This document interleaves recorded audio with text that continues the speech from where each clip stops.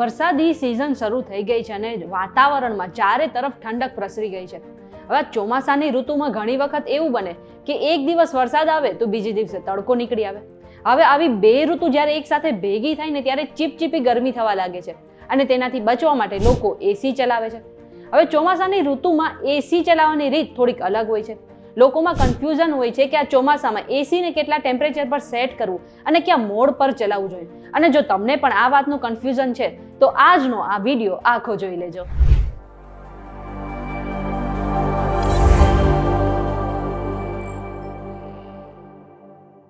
તમે આવી ગયા છો VTVGujarati.com પર. શોનું નામ છે ન્યૂઝ પ્લસ અને હું છું મેઘા.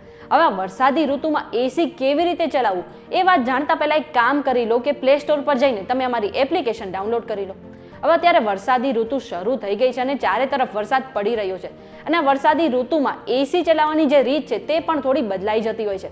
કારણ કે ચોમાસામાં જે વાતાવરણ છે તેમાં ભેજ વધી જતો હોય છે અને તેના કારણે ગરમી પણ વધી જતી હોય છે. હવે વરસાદી ઋતુમાં એસી કેવી રીતે ચલાવવું તેને લઈને લોકોમાં ઘણી બધી કન્ફ્યુઝન હોય છે અને તેમાંથી સૌથી પહેલું કન્ફ્યુઝન એ હોય છે કે આ વરસાદી ઋતુમાં એસીને કયા મોડ પર ચલાવવું જોઈએ. હવે વરસાદી ઋતુમાં ઘણી વખત એવું બને કે તમે જે રૂમમાં બેઠા છો તેમાં તમને ગરમી થવા લાગે કારણ કે તે રૂમની હવામાં ભેજનું પ્રમાણ વધી જતું હોય છે.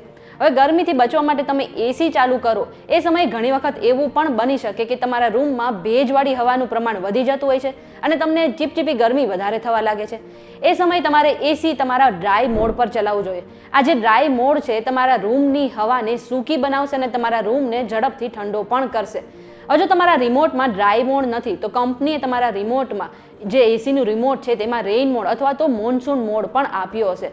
એટલે જ્યારે પણ તમે વરસાદી ઋતુમાં એસી ચાલુ કરો ત્યારે તમારે આ મોડ પર જ એસી ચલાવવું જોઈએ. હવે બીજું મોટું સૌથી કન્ફ્યુઝન એ હોય છે કે આ ચોમાસાની ઋતુમાં તમારા એસીને તમારે કેટલા ટેમ્પરેચર પર સેટ કરવું જોઈએ. તો સામાન્ય રીતે ઉનાળામાં પણ લોકોએ 24 ડિગ્રી સેલ્સિયસ પર જ એસી ચલાવવું જોઈએ, પરંતુ આ ચોમાસાની ઋતુમાં તમારે 26 થી 28 ડિગ્રી સેલ્સિયસની વચ્ચે એસી તમારું ચલાવવું જોઈએ. હવે આ મોન્સૂન મોડ પર તમે એસી ચલાવશો સાથે જ 26 થી 28 ડિગ્રી તમે તમારા એસીનું ટેમ્પરેચર રાખશો તો તેનો સૌથી મોટો ફાયદો એ છે કે આ તમારા પાવર સેવિંગમાં મદદ કરશે અને આ કારણે તમારા વીજળીનું બિલ ઘણું ઓછું આવશે. હવે એ વાત તો જાણીતી જ છે કે આ વરસાદી ઋતુમાં અવારનવાર પાવર કટ થતો હોય છે. એટલા માટે તમે જ્યારે પણ એસી શરૂ કરો અને તેને બંધ કરો ત્યારે તમે તેને રિમોટથી તો બંધ કરો છો, આ સાથે જ તમારે તેની સ્વિચ પણ બંધ કરી દેવી જોઈએ. જો વરસાદી ઋતુમાં પાવર કટ ન થતો હોય તો વોલ્ટેજ વધઘટ થવાની સમસ્યા પણ રહેતી હોય છે અને આના કારણે તમારા એસીમાં શોર્ટ સર્કિટ પણ થઈ શકે છે. એટલા માટે જ્યારે જરૂર ન હોય ત્યારે તમે એસીનો ઉપયોગ ન કરો. સાથે જ્યારે પણ એસી શરૂ કરો અને બંધ કરો ત્યારે તેને રિમોટથી તો બંધ કરો, સાથે જ તેની સ્વિચ પણ બંધ કરી દો. આ ઇન્ફોર્મેશન તમને કેવી લાગી અમને કમેન્ટ કરીને જરૂરથી જણાવજો. જો આજના વિડીયોમાં તમને કંઈ નવું જાણવા મળ્યું હોય તો આ વિડીયોને લાઇક અને શેર કરી દો. સાથે જ આવી અવનવી માહિતી માટે તમે અમારી ચેનલ VTVGujarati.com ને સબસ્ક્રાઇબ કરી લો.